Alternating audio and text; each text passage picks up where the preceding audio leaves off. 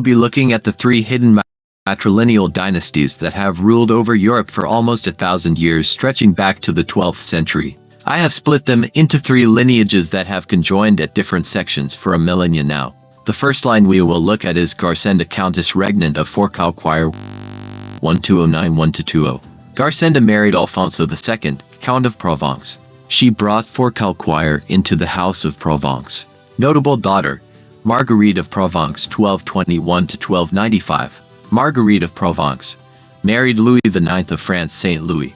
Matrilineally, Marguerite influenced the French royal line through her daughters.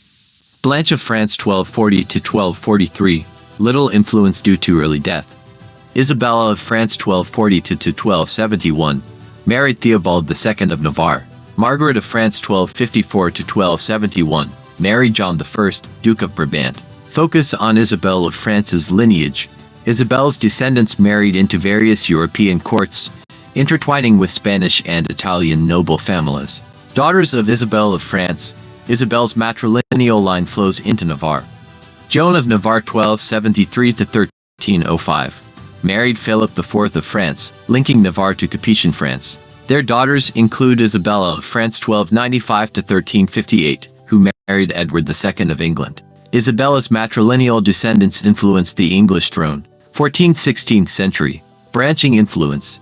The matrilineal line from Isabella of France, wife of Edward II, includes Joan of Kent, mother of Richard II of England. The line later connects to the Tudors through Margaret Beaufort, though not strictly matrilineal. Meanwhile, other branches from Marguerite of Provence's descendants influenced noble courts across Europe, including Anjou, Naples, and later Bourbon families. 16th century. Global expansion.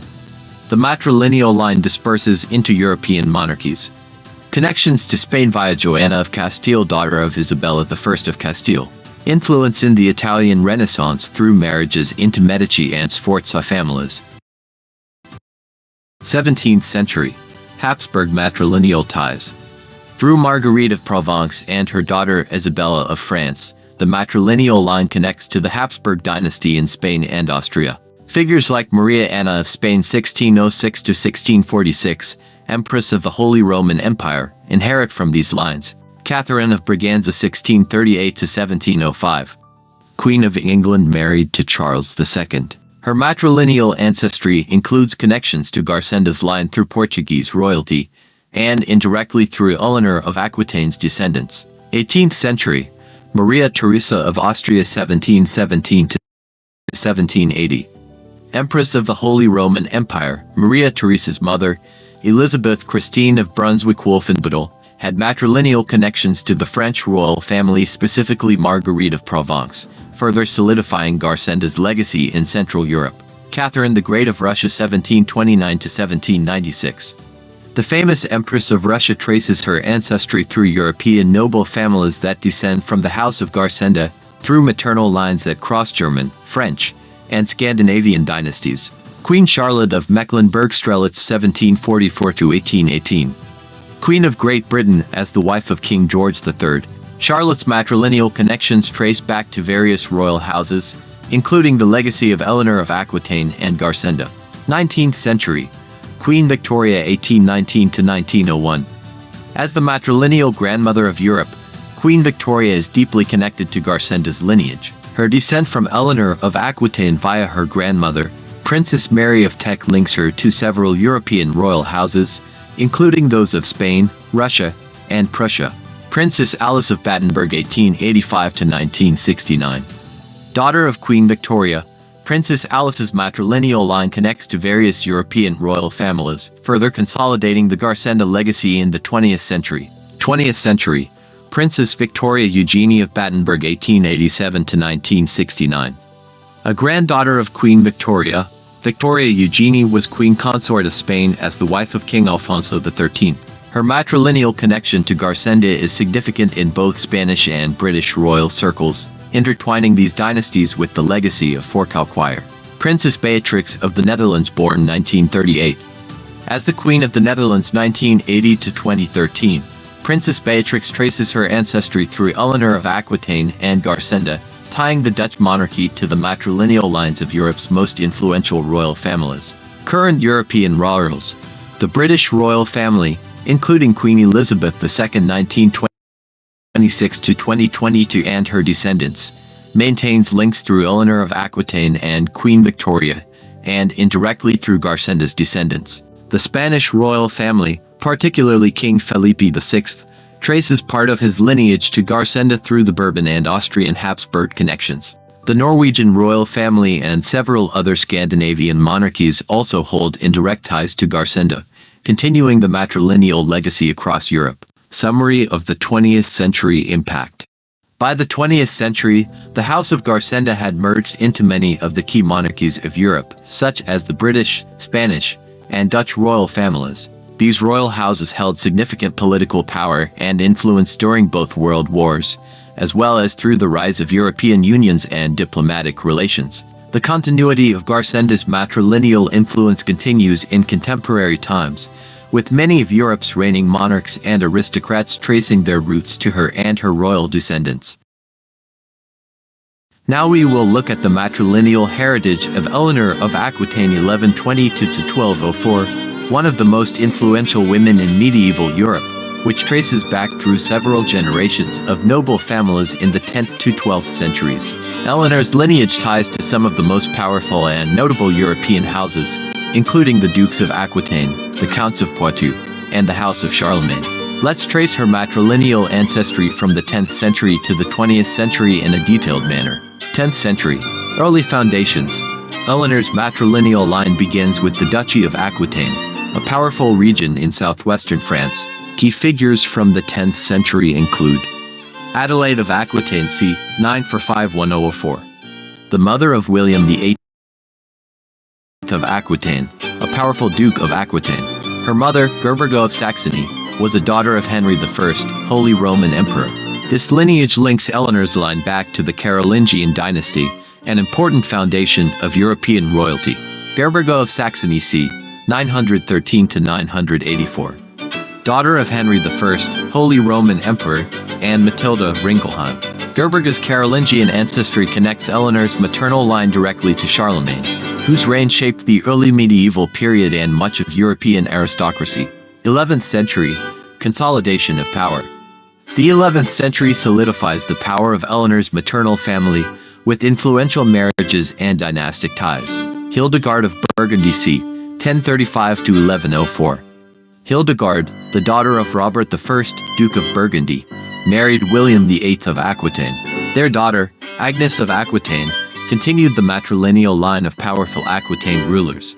Agnes' daughter, Anna of Châtellerault, gave birth to Eleanor of Aquitaine, passing down significant wealth and influence. 12th century. Eleanor's lineage and marriage.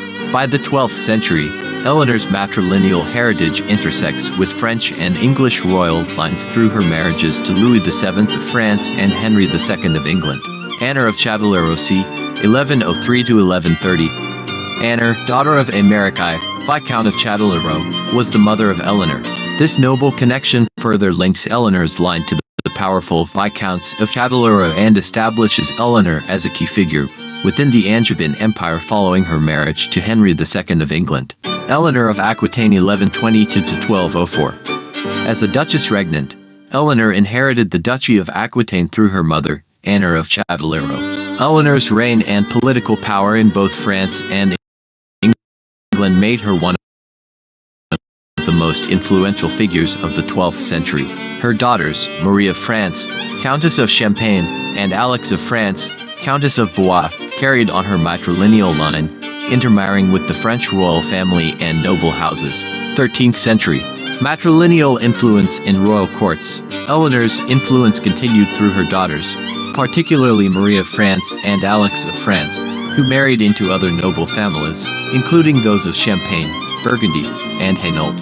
Marie of France (1145–1198). Marie, Countess of Champagne, was one of Eleanor's daughters by Louis VII of France. She married Henry I, Count of Champagne, and their descendants helped further solidify Eleanor's line in both French and Austrian Habsburg noble circles. Alix of France (1150–1195). Alix married Theobald V of Blois, continuing the matrilineal line in Valois and Champagne, which were important territories in medieval France. 14th-16th century. The legacy continues. By the 14th and 15th centuries, the matrilineal descendants of Eleanor of Aquitaine connected to various European royal families, including the Valois and Bourbon dynasties in France, as well as the Tudors in England. Joan of Navarre 1273–1305. Joan, Queen of France as the wife of Philip IV, was a direct descendant of Eleanor of Aquitaine. Her daughter, Isabella of France, became Queen of England as the wife of Edward II, passing down Eleanor's legacy to the Tudors and Plantagenets. Catherine of Aragon 1485–1536. Daughter of Ferdinand II of Aragon and Isabella I of Castile, Catherine married Henry VIII of England, cementing a link between Eleanor's matrilineal line and the Tudor monarchy. This connection is also through Eleanor's granddaughter Joan of Navarre. 17th–19th century. European monarchies and the legacy. In the 17th–19th centuries, the matrilineal line continued through the Habsburg and Bourbon families, which often married into other European royal houses. This continued the interconnections across European monarchies. Queen Victoria of the United Kingdom 1819–1901. Known as the Grandmother of Europe, Queen Victoria's matrilineal ancestry connects to Eleanor of Aquitaine via Joan of Navarre and Isabella of France. Through Victoria's children, many European royal houses, including those of Spain, Russia, Denmark, and Greece, trace their heritage to Eleanor. Princess Beatrix of the Netherlands born 1938. As Queen of the Netherlands 1980–2013, Princess Beatrix's maternal line traces to the Habsburg family, linking her to Eleanor of Aquitaine via the Austrian and Spanish royal families. Summary of Eleanor's matrilineal heritage 10th–20th century. 10th century. Writs in Adelaide of Aquitaine and Gerbergo Saxony, tying her to Charlemagne and the Carolingian dynasty. 11th century. Connections to the powerful Dukes of Aquitaine and Counts of Poitou through figures like Agnes of Aquitaine and Anna of Chatellerault. 12th century.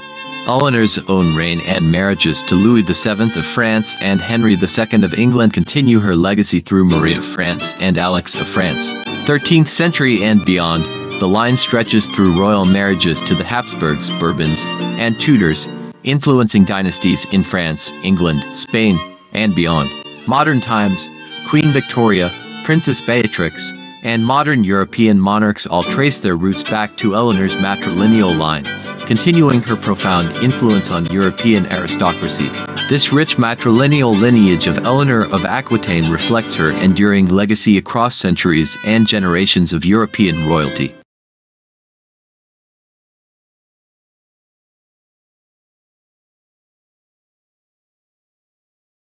Finally, we will connect the triangle of the three most influential women responsible for the birth of all the great houses of European royalty. The matrilineal heritage of Euphrosyne of Constantinople circa 1195–1203, though less well known than other Byzantine figures, is rooted deeply in the Byzantine aristocracy and interwoven with the powerful ruling families of the Byzantine Empire and medieval Greece. Euphrosyne was a daughter of Alexios III Angelos, the Byzantine emperor, and Euphrosyne Kastamonidisa, linking her to an aristocratic heritage on both sides of her family. To explore the deep matrilineal heritage from the 10th century to 2024, we will trace both her direct maternal ancestry and the broader familial connections. 10th century, the Byzantine Empire's aristocratic foundations. Euphrosyne's maternal line stretches back to the late Byzantine Empire, which was steeped in aristocratic families, many of whom were connected to the imperial court through marriage and alliances. The Angelid dynasty late 10th–12th century. Alexios III Angelos, Euphrosyne's father, was from the Angelid dynasty, one of the prominent Byzantine ruling families. However, Euphrosyne's maternal side links her to the Kastamonites family, a noble family from the region of Kastamon in Asia Minor, which had close ties to the Byzantine imperial court. Euphrosyne Kastamonidisa, her mother, was from this influential family, whose ancestry is intertwined with several Byzantine noble houses, such as the Doukhoi, Komnenoi, and Angeloi families, all pivotal in the Byzantine aristocracy. 12th century. Euphrosyne's maternal lineage and the Byzantine aristocracy. Euphrosyne Kastamonidisa. Euphrosyne Kostomonidis married Alexios III Angelos, strengthening her family's position within the Byzantine aristocracy. Her ancestry ties to the Kastamonites family, which played a key role in regional politics. The Kastamonites family was influential in Asia Minor, often aligned with other prominent families like the Komnenoi and Doukhoi, ensuring that Euphrosyne's descendants were firmly embedded in the power structures of the Byzantine Empire. The Komnenoi dynasty, through her maternal ancestry, Euphrosyne was distantly connected to the Komnenian dynasty, which ruled from the 11th to early 12th centuries. The Komnenoi, including Emperor Alexios I Komnenos 1081–1118 and his descendants, were the epitome of Byzantine imperial power, and their alliances helped define the structure of late Byzantine politics. The Komnenoi's matrilineal connections spread across European royal houses through marriage alliances, linking the Byzantine Empire with the Kingdom of Jerusalem and the Holy Roman Empire, among others. 13th–14th century, the aftermath of the Fourth Crusade and the Angelos dynasty, Byzantine decline. After the Fourth Crusade 1204, the Byzantine Empire was effectively divided, and Euphrosyne's father, Alexios III, was deposed. Euphrosyne's line, while once powerful, was marginalized during this period. However, the connections to Byzantine aristocracy and royal houses remained influential. During this period, the Angelos family and their descendants, including through Euphrosyne, sought refuge in Epirus and other regions, maintaining alliances with other Byzantine successor states like the Despotate of Epirus. 15th–16th century, the rise of the Ottoman Empire and further dispersal. As the Ottoman Empire expanded, many Byzantine noble families, including the descendants of Euphrosyne's maternal line, scattered across the Mediterranean. These families intermarried with other Mediterranean nobility, further extending their matrilineal legacy into Italian, Venetian, and Catalan families. Ottoman influence. By the 15th century, the Ottoman Empire began to dominate the region, and many Byzantine aristocratic families, including Euphrosyne's descendants, either assimilated into Ottoman society or sought refuge in Western Europe, maintaining noble titles and alliances. 17th–19th century, continuing European connections. Italian nobility. In the 17th and 18th centuries, descendants of Byzantine families like the Kastamonites were often found in the noble courts of Italy, particularly in Venice and Naples. These families continued to influence the political and social fabric of these regions. Royal marriages. The late medieval and early modern periods saw many members of the Byzantine nobility, including those with ties to Euphrosyne's family, marrying into European royal families. This helped preserve the legacy of Byzantine aristocracy within European courts, contributing to the spread of Byzantine cultural and political influence. 20th century to 2024. The legacy of Byzantine aristocracy, modern royal and noble families. In the 20th century, the matrilineal descendants of Euphrosyne's family could still be traced through the European aristocracy. Many noble families in countries such as Greece, Italy, and Spain still claim Byzantine aristocratic ancestry, linking them to Euphrosyne's lineage. While Euphrosyne of Constantinople may not have immediate, direct descendants in royal circles today, her legacy lives on through the continued prominence of Byzantine-influenced noble families across Europe. Greek royal family. The modern Greek royal family, though not directly descended from Euphrosyne, retains historical ties to the Byzantine Empire. Through the Wedin and Oldenburg families, ancestors of the Greek royal family, there are distant matrilineal links to the aristocracy of the Byzantine period. Conclusion. Euphrosyne of Constantinople's matrilineal legacy. While the historical details of Euphrosyne of Constantinople's matrilineal line may not be as widely documented as those of other Byzantine figures, her family's connections are crucial in understanding the survival and continuation of Byzantine influence through medieval and modern Europe, from the Kastamonites and Komnenian dynasties in the 10th and 11th centuries to intermarriages with Italian, French, and Ottoman nobility in later centuries. Euphrosyne's lineage contributed to the shaping of European aristocracy, which reverberated into the 20th century and beyond. The matrilineal heritage of Eleanor of Aquitaine, Garcenda of Forcalquier, and Euphrosyne of Constantinople intertwines three major branches of medieval European nobility. reflecting a shared legacy of power, influence, and dynastic connections across centuries. Eleanor of Aquitaine stands at the center of European royal and aristocratic circles, her lineage linking the Carolingian dynasty through her mother, Anna of Châtellerault, and further connected to several powerful European houses, including the Hohenstaufen and Capetians. Her influence extended through strategic marriages and the descendants of her daughters, impacting the French, English, and Spanish thrones. Garsenda of Forcalquier, Countess Regnant, also brought her own wealth and authority, maintaining strong matrilineal connections with Eleanor of Aquitaine's line, and later intermarried into the Habsburgs, Bourbons, and other prominent European families.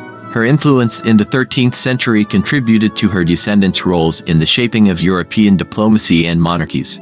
Euphrosyne of Constantinople, though less commonly studied, held a critical role within the Byzantine aristocracy. Her matrilineal ties to the Komnenoi and Angelos families brought her into the heart of Byzantine politics. And after the Fourth Crusade, her descendants spread throughout Europe, marrying into the Venetian and Ottoman noble families, continuing the legacy of Byzantine aristocracy across Italy, Greece, and beyond. These three lines share commonalities in how they navigated the complex interplay of medieval European dynastic marriages, ensuring the continuity of their matrilineal lines across time. While each individual's personal legacy may have faded or merged with others over centuries, the collective impact of their influence on European history, from the 10th to the 20th century, remains profound. Their descendants, integrated into the royal courts of Europe, carried the essence of their noble birth into the modern era, proving that the political and cultural legacies of these women are still visible in the European aristocracy today. An example of life imitating art in modern culture while storytellers attempt to share with us some historical truths hidden in plain sight is the new American TV series Dune Prophecy. The Dune Prophecy storyline, specifically the sisterhood of the Bene Gesserit, draws intriguing parallels to the matrilineal heritage exemplified by figures like Eleanor of Aquitaine, Garsenda of Forcalquier, and Euphrosyne of Constantinople. Both systems place great emphasis on the power of female lineage and its ability to influence political outcomes, and both demonstrate the strategic use of bloodlines to maintain power across generations. In Frank Herbert's Dune series, the Bene Gesserit are an influential sisterhood that uses their genetic and political power to shape the course of history, manipulating bloodlines to create a superior heir who would possess exceptional abilities, most notably the Kwisatz Haderach. This is a direct expression of the sisterhood's control over maternal and genetic heritage. The Bene Gesserit's philosophy places the mother's influence at the forefront, with the idea that the future can be predicted, manipulated, and controlled through strategic genetic pairings. Much like the historical manipulation of matrilineal lines to consolidate power, they believe in the idea of sisterhood above all, prioritizing the goals and influence of the order above any individual, thus ensuring the survival and success of their bloodline above all else. This belief is similar to the way historical women such as Eleanor of Aquitaine, Garsenda, and Euphrosyne exercised power over their families and dynastic alliances. Each woman strategically navigated their matrilineal lines to secure power, wealth, and influence. For instance, Eleanor used her inherited Aquitaine duchy to influence both France and England, while Garsenda's regency continued to uphold her family's power through her daughters' marriages. Similarly, Euphrosyne of Constantinople helped ensure the Byzantine Empire's dynastic survival through her influential maternal line. Key parallels: matrilineal power. In Dune, the Bene Gesserit place enormous importance on genetic heritage, manipulating bloodlines through selective breeding to achieve their goals, a strategy that mirrors how royal women like Eleanor and Garsenda wielded their influence through the transmission of power and land to their daughters and granddaughters. Eleanor of Aquitaine's influence over English and French crowns through her daughters and her ability to continue her line through marriage alliances resonates with the Bene Gesserit's goal of using women to craft political power. The sisterhood above all, the Bene Gesserit place their collective agenda above individual desires, ensuring the stability and dominance of their line. Similarly, Eleanor, Garsenda, and Euphrosyne utilized marital strategies to fortify their own families' dynasties, creating alliances and expanding their power through a shared goal of family preservation. Both the Bene Gesserit and and historical figures like Garsenda held significant regal authority, often ruling or influencing their territories with a focus on dynastic survival. Eleanor, despite her marriages, ultimately controlled vast lands in her own name and was a key political player in her era. Female influence. In the Being Gesserit, women hold the reins of political influence. In similar fashion, historical women from these lineages, while operating in patriarchal systems, often acted as strategic leaders, using their influence to orchestrate marriages, secure inheritance, and maintain stability for their families and kingdoms. Both groups prove that despite being often overshadowed by male-dominated historical narratives, the matrilineal influence and strategic marriages were crucial for the long-term survival and success of their realms. Contrasts. While Eleanor, Garsenda, and Euphrosyne were often working within existing political frameworks, the Being Gesserit and Dune create their own independent systems and manipulate existing powers from the shadows. The Being Gesserit's use of power is more overtly political and strategic compared to the often more subtle but equally significant influence of these historical women. The Being Gesserit are also involved in a transhuman project, seeking to elevate human potential through genetic manipulation, which contrasts with the more traditional marital alliances and land inheritance strategies employed by these real-world figures. In conclusion, the Being Gesserit's approach to matrilineal power shares many thematic elements with the historical practice of female-dominated dynastic inheritance. Both systems reflect the strategic nature of women's roles in dynastic politics, where power is not only wielded but also carefully cultivated through family lines. In both cases, the overarching goal is the survival and influence of a larger dynastic order, whether it be through a sisterhood or through familial alliances that shape the fate of entire nations and empires. Thanks for watching. Like and leave a comment. Open News Now.